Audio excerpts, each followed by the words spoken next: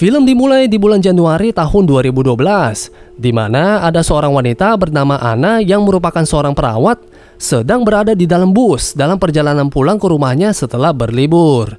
Ada penumpang lainnya di bus bernama Freddy, yang merupakan seorang seniman buku komik yang bercita-cita tinggi, sedang berusaha untuk mengobrol dengannya. Setelah mereka mengetahui bahwa mereka tinggal di blok yang sama, Freddy berusaha untuk menarik perhatian Anna dengan melukis gambarnya. Namun Anna merasa sedikit tidak nyaman dengan cara Freddy yang terus berusaha mendekatinya, sampai tiba-tiba sebuah mobil tambahan bertabrakan dengan bus, dan akhirnya nasib mereka pun tidak diketahui. Dalam kesadaran Anna, dia ingat bahwa dirinya yang lebih muda pernah bermain drama bersama bibinya bernama Lou, dan dia sedang membaca narasi yang ditulis oleh keponakannya. Hal ini terjadi tepat sebelum Anna terbangun di rumahnya. Ketika dia melirik jam, dia menyadari bahwa dia akan terlambat ke kantor. Dia bergegas berpakaian, dan ketika dia memeriksa dirinya di cermin, dia terkejut menemukan bahwa rambut yang tumbuh di ketiaknya menjadi agak panjang. Setibanya di rumah sakit beberapa saat kemudian, dia mendapati bahwa tidak ada seorang pun yang hadir di fasilitas tersebut. Rekaman audio yang nyaris tidak terdengar adalah satu-satunya sumber kebisingan, dan satu-satunya perangkat lain yang tidak berfungsi dengan baik adalah telepon dan TV. Selain itu, tampilan dari kamera keamanan semuanya berwarna abu-abu. Rekaman yang sama menunjukkan bahwa tanggalnya adalah 13 Maret, yang tidak sesuai dengan ingatan Anna tentang kejadian tersebut. Anna sangat ketakutan, sehingga dia mulai mengemudi di seluruh kota dan mengetuk pintu rumah yang berbeda. Namun dia juga tidak dapat menemukan siapapun, bahkan serangga atau burung yang terbang di udara. Karena merasa bahwa ini adalah mimpi buruk, dia memutuskan untuk kembali ke rumahnya dan mencoba untuk beristirahat. Namun suara musik yang sangat keras dari beberapa rumah di belakangnya mengganggu tidurnya. Ketika Anna menyelidikinya, dia terkejut saat mengetahui bahwa Freddy adalah orang yang memainkan musik. Lebih jauh lagi, dia mengingatnya dari bus, yang merupakan penemuan tak terduga lainnya. Mereka berdua sampai pada kesimpulan bahwa mereka harus pergi ke kantor polisi bersama-sama, karena Freddy juga tidak berhasil menemukan siapapun di kota itu. Semua jalur komunikasi terputus, dan bangunan ini juga benar-benar kosong. Mereka menemukan beberapa gambar kecelakaan di papan tulis yang mengingatkan Anna pada insiden kebakaran. Namun dia memilih untuk mengabaikan ingatan tersebut untuk saat ini. Setelah mendapatkan pistol, mereka berkendara keluar kota dan melihat lapisan kabut tebal menghalangi rute. Freddy mencoba untuk menyentuhnya, tetapi hal itu membuatnya merasa mual, sehingga mereka memutuskan untuk mencoba menggunakan strategi yang berbeda. Sayangnya, situasinya tetap sama di sini, dan Freddy mengamati bahwa kabut bergerak maju ke arah kota kali ini. Kembali ke kota, di mana kedua orang tersebut menaiki sebuah bangunan untuk menyaksikan kabut tebal yang menyelimuti seluruh kota di sepanjang perbatasannya. Saat kembali ke kota, Anna menemukan sebuah restoran yang pernah dilihatnya sejak dia masih kecil. Begitu masuk ke dalam, mereka menemukan bahwa ada banyak sekali orang di sana, tetapi tidak ada yang bisa melihat atau mendengar mereka. Freddy keluar dari gedung setelah menyadari kehadiran orang lain di luar. Namun dia juga tidak terlihat di luar, dan sebuah selembaran memberitahukan kepadanya bahwa sebuah karnaval akan diselenggarakan di kota, yang mengingatkannya pada masa kecilnya. Sementara itu, Anna menemukan bahwa dirinya yang lebih muda sedang menulis kisah-kisah lebih lanjut di buku catatannya saat dia berulang tahun dengan bibi Lou. Anna mencoba untuk memeluk bibinya, tetapi ilusi tersebut hancur. Namun satu hal yang tidak dapat dipungkiri adalah ternyata mereka berdua tersesat dengan melakukan time travel atau perjalanan waktu kembali ke tahun 1992. Freddy dan Anna memutuskan untuk duduk dan mendiskusikan hal-hal yang lebih detail. Ketika Freddy terbangun di tempat tidurnya setelah kecelakaan bus, dia melihat bahwa dia memiliki janggut penuh di wajahnya, seperti yang dialami Anna di ketiaknya. Anna tertarik untuk mencari tahu apakah ada evakuasi, tetapi anehnya tidak ada satu orang pun yang terlihat di kota ini. Freddy mengambil meteran dan menuju ke arah kabut untuk mengukur kecepatannya. Dan setelah melakukannya, dia sampai pada kesimpulan bahwa kabut akan menutupi seluruh kota dalam waktu kurang dari 3 hari. Setelah itu mereka mengambil peta dan pergi ke setiap jalan keluar kota untuk menentukan rute teraman selama beberapa jam terakhir. Pada saat mereka selesai, kabut menghalangi cahaya matahari dan langit sudah menjadi hitam. Setelah itu mereka terpaksa masuk ke sebuah supermarket untuk mendapatkan persediaan dan memperdebatkan alternatif mereka yang mungkin termasuk melarikan diri melalui sistem pembuangan limbah. Freddy menegaskan bahwa hal itu mungkin saja terjadi, namun dia juga percaya bahwa mungkin mereka sudah berada di dunia lain atau parallel universe. Anna mulai mempertanyakan apakah mungkin mereka berdua sudah habis hidupnya, dan Freddy setuju bahwa itu bisa saja benar. Pada saat yang sama, Anna teringat akan rekaman rumah sakit yang mendorongnya untuk membawa Freddy ke sana untuk diputar. Freddy berhasil memutar ulang percakapan dan mereka dapat mendengarkan sepasang dokter yang sedang mendiskusikan kondisi pasien yang telah koma selama 2 bulan. Karena tidak ada tanda-tanda kesembuhan, mereka akan menunggu 3 hari lagi dan mematikan sistem pendukung kehidupan jika semuanya gagal. Ini tidak mungkin kebetulan, karena tiba-tiba saja para dokter mulai memanggil pasien dengan nama Anna. Freddy bergegas menuju kamarnya Anna, di mana dia mengetahui bahwa para dokter sering meninggalkan pasien yang tidak sadarkan diri. Jadi setelah tiba di sana, dia menemukan monitor jantung yang memiliki detak jantung yang sangat tinggi. Dalam upaya untuk menguji dugaan, Freddy menginstruksikan Anna untuk duduk dan menenangkan diri, yang menghasilkan penurunan angka yang ditunjukkan pada monitor. Setelah itu mereka mencari ruangan lain yang memiliki monitor jantung yang masih berfungsi, dan Anna bisa memastikan bahwa ruangan ini memiliki monitor jantung yang berfungsi dengan baik dan sesuai dengan detak jantung Freddy saat ini. Dari sini mereka menyadari bahwa akibat kecelakaan bus, keduanya tertidur selama 2 bulan, dan itulah sebabnya mereka terbangun dengan penampilan seperti hantu. Kesimpulannya sudah jelas bahwa butuh waktu 3 hari sampai kegelapan menyelimuti kota. Karena pada saat itulah Anna akan sepenuhnya benar-benar habis hidupnya. Freddy percaya bahwa dengan berjalan menembus kabut, mereka akan dapat terbangun, yang merupakan langkah penting untuk melarikan diri dari tempat ini. Mereka berusaha untuk melawan sensasi sakit sambil berjalan menembus kabut tebal menggunakan senter. Mereka akhirnya mencapai sebuah area kecil yang bebas kabut, di mana ada sebuah pintu yang diterangi oleh sebuah lilin. Dan Freddy menyadari bahwa pintu tersebut terlihat cukup gak asing. Freddy mencoba menggunakan salah satu dari ribuan kunci yang ada di lantai, tetapi tidak berhasil. Saat dia mencoba memikirkan metode untuk mendapatkan kunci yang tepat, Anna melihat sebuah batu yang dihiasi dengan rantai.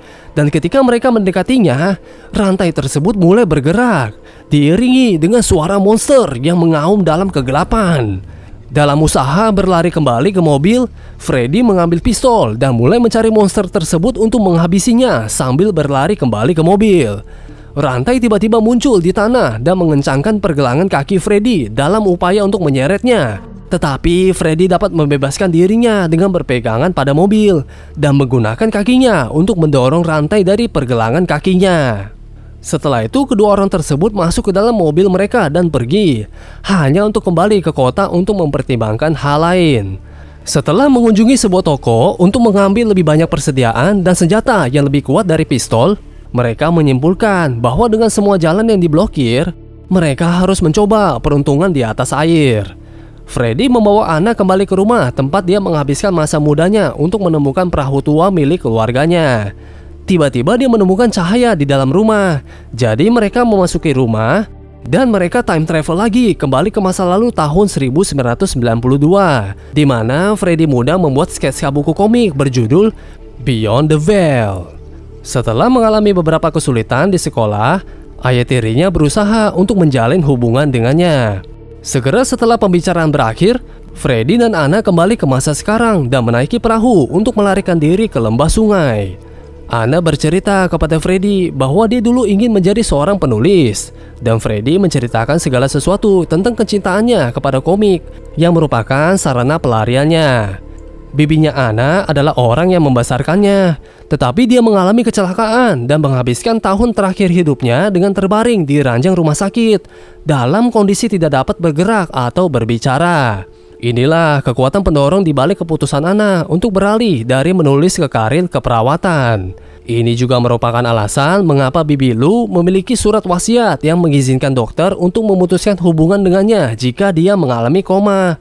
Jadi, Anna tidak ingin berakhir dalam situasi yang sama seperti bibinya. Setelah mendayung selama beberapa waktu, mereka menemukan bahwa kabut tebal telah menghalangi sungai, membuat mereka tidak punya pilihan selain kembali ke rumah. Setelah sampai pada kesimpulan bahwa tidak bijaksana untuk berpisah, mereka memutuskan untuk bermalam di tempat Anna. Namun Freddy tiba-tiba teringat akan sesuatu yang membuatnya berlari kembali ke tempat tinggalnya di tengah malam. Saat itulah dia menemukan komik Beyond the Veil lamanya, yang menggambarkan pintu dengan semua kuncinya tergeletak di tanah. Hari ketika dia menggambar ini bertepatan dengan hari ulang tahun Anna, dan juga kenangan dari restoran. Pada hari itu, mereka berdua juga pergi ke karnaval, dan sebagai hasilnya, mereka memutuskan untuk pergi ke wilayah itu hari ini. Setibanya di sana, mereka menemukan bahwa karnaval itu diadakan pada tahun 1992, sehingga memancing mereka untuk mengingat kembali kenangan pada hari itu. Waktu itu, Freddy bergaul dengan beberapa anak yang mengejeknya sebagai orang aneh, dan menantangnya untuk berjalan di dalam rumah berhantu. Sementara Anna berada di sana bersama bibinya yang sedang merayakan ulang tahunnya. Sampai di suatu ketika, Freddy dan Anna muda tidak sengaja bertabrakan satu sama lain saat mereka meninggalkan karnaval. Mereka berhenti sejenak untuk bertukar pandang sebelum melanjutkan ke tujuan berikutnya. Setelah ingatan itu berakhir, mereka kembali ke masa sekarang, di mana Anna menyadari bahwa ingatan pertama yang dia terima setelah kecelakaan bus terjadi adalah setelah karnaval. Waktu itu, Anna tidak sengaja menjatuhkan sebuah lilin ketika dia dan bibinya sedang memainkan ceritanya. Sehingga lilin tersebut menyulut api dan luka yang ditimbulkan pada Bibi Lu sangat parah, sehingga menyebabkannya koma. Tidak peduli berapa kali Freddy mencoba meyakinkan Anna bahwa itu tidak lebih dari sebuah kecelakaan, dia tetap merasa tidak enak. Saat mereka menyadari bahwa monster itu sudah dekat, Freddy tiba-tiba menyela pembicaraan mereka dan mereka segera mundur ke sekolah terdekat untuk bersembunyi. Monster itu mengikuti mereka ke dalam, tetapi karena rantai yang melingkari leher monster itu memiliki panjang maksimum, monster itu tidak bisa bergerak terlalu jauh di dalam struktur. Sebuah lubang di meja tempat mereka bersembunyi memungkinkan Freddy untuk melihat sesuatu di dada monster itu. Karena kabut menyembunyikan kunci pintu, Freddy menemukannya melalui lubang monster tersebut. Dia memutuskan untuk mencoba mendapatkan kunci dengan menembak monster itu dengan pistol terlebih dahulu. Dan meskipun peluru mengenai monster itu, peluru itu hanya menyerempet tubuh monster itu. Tetapi setidaknya itu membuatnya takut. Setelah itu mereka berdua kembali ke rumah Anna, di mana Freddy menyempatkan diri untuk mengukur panjang rantai monster tersebut dan menentukan bagian kota mana yang aman. Anna dapat mengambil buku catatan lamanya yang berisi kisahnya, yang menunjukkan bahwa makhluk yang mengejar mereka adalah monster yang sama dengan yang pernah dia tulis. Oleh karena itu, dunia ini merupakan kombinasi dari bakat kreatif mereka berdua. Monster tersebut memakan manusia, namun tidak menjelaskan bagaimana cara menghabisinya, karena Anna hanya menulis bahwa seorang kesatria yang bisa menghabisinya. Tiba-tiba Freddy mendapatkan sebuah ide, dan melalui proses mendapatkan berbagai barang, Freddy membangun sebuah perangkap untuk memikat monster tersebut. Mereka menempatkan dua manekin di tengah jalan, yang masing-masing berisi daging mentah, untuk mengelabui monster tersebut agar mengira mereka adalah manusia. Selain itu, mereka juga meletakkan bahan peledak buatan tangan di antara kedua boneka itu. Untuk menunggu kedatangan monster tersebut, Freddy dan Anna berlindung di atas atap. Ketika monster itu datang, Freddy menarik sebuah tali untuk membuat bom itu meledak. Namun usahanya tidak berhasil. Mereka harus menembakkan bom tersebut untuk memicu ledakannya. Namun upaya awal mereka gagal, menyebabkan monster tersebut menjadi ketakutan dan mulai melarikan diri. Tetapi meskipun ledakan tersebut tidak terlalu efektif pada monster tersebut, ledakan tersebut berhasil memutus rantai dan melepaskan monster tersebut. Saat ini, monster tersebut berkeliaran dan kabut tebal mendekati pusat kota. Anna dan Freddy pertama-tama berkendara ke kediaman Anna untuk mengambil sekantong barang. Dan kemudian mereka melanjutkan ke bioskop terdekat untuk menyembunyikan diri. Tetapi karena situasi yang tidak menguntungkan bahwa monster tersebut menemukan mereka di sana, kedua orang tersebut berhasil melarikan diri dan berlindung di gereja, di mana mereka mengamankan pintu dengan salib. Selama mereka duduk bersama untuk memulihkan diri, Anna mengungkapkan penyesalannya kepada Freddy karena dia tidak menerima ajakan kencannya di bus. Freddy kemudian memanfaatkan kesempatan ini untuk mencoba mengakui sesuatu. Namun Anna muntah dan gemetar dalam kesedihan saat dia mulai berbicara. Setelah mengatakan kepada Anna untuk tidak menemaninya, Freddy berjalan keluar untuk menemui monster itu karena dia tidak tahan membayangkan melihat Anna habis hidupnya. Tetapi Anna tidak mematuhi Freddy dan bergegas keluar hanya untuk menyaksikan monster itu membawa tubuh Freddy. Setelah mematahkan sapu gereja untuk mendapatkan tongkat kayu untuk membela diri, Anna yang dalam keadaan lemah akhirnya kembali ke rumah lamanya untuk menemukan penghiburan dalam kenangan terakhir pada hari itu di tahun 1992 ketika dia dan Bibilu membacakan narasi yang telah dia tulis. Selanjutnya, terungkap bahwa para pengganggu Freddy percaya bahwa rumah Anna berhantu karena pernah menjadi rumah sakit selama sebuah perang. Para pemuda itu datang pada waktu yang tepat untuk melakukan tantangan tersebut dan mereka berhasil melakukannya. Freddy kecil berusaha menghancurkan lonceng angin dengan batu, tetapi bidikannya tidak tepat, menyebabkan lilin-lilinnya jatuh. Ternyata kecelakaan itu adalah kesalahannya sejak awal. Freddy yang berdarah-darah tiba di rumah. Dia meminta maaf kepada Anna, dan dia menyadari bahwa kemungkinan besar mereka berada di sini adalah untuk mengatasi rasa bersalah mereka. Meskipun Freddy sekarang tertidur, Anna mendekati monster itu dan mengatakan kepadanya bahwa dia tidak takut padanya. Mulailah monster itu menyerangnya, tetapi setelah beberapa kali bertarung, Anna berhasil menusuk monster itu dengan gagang sapu, dan akhirnya dia pun habis. Saat kabut gelap akhirnya mencapai pusat kota, Anna mengambil kunci dari dada monster itu dan mengembalikannya kepada Freddy. Pada saat yang sama, kabut masuk ke dalam rumah melalui jendela. Dan tiba-tiba Anna dan Freddy mendapati diri mereka berada di depan pintu yang menakutkan itu. Anna mencoba membuka pintu dengan kuncinya, dan meskipun kuncinya pas, pintu tetap tidak terbuka. Anna menyadari bahwa mereka berdua harus menyentuh kunci tersebut karena ada setetes darah Freddy yang mengalir ke arahnya. Oleh karena itu, dia mendorong tangan Freddy untuk menekan kunci, dan akhirnya pintu pun terbuka. Anna terbangun dari koma saat terbaring di ranjang rumah sakit setelah melewati perbatasan. Dan ketika dia bergegas ke kamar Freddy, dia mendapati bahwa rumah sakit telah membebaskannya. Kemudian setelah Anna menerima pembebasan yang layak dari rumah sakit, dia pergi ke rumah Freddy, di mana pengasuhnya menyambutnya. Ternyata dia sekarang sudah duduk di kursi roda dengan menderita amnesia, dan satu-satunya hal yang diingat Freddy adalah berada di dalam bus. Tetapi ketika dia sadar, dia menggambar potongan-potongan ingatan yang dia lihat dalam mimpinya, yang sangat jelas dan memungkinkannya untuk mengingat potongan-potongan masa lalunya. Dengan memeriksa sketsa-sketsa tersebut, Anna dapat memastikan bahwa pengalaman koma mereka benar-benar terjadi. Dan dia memutuskan untuk bereksperimen dengan sesuatu.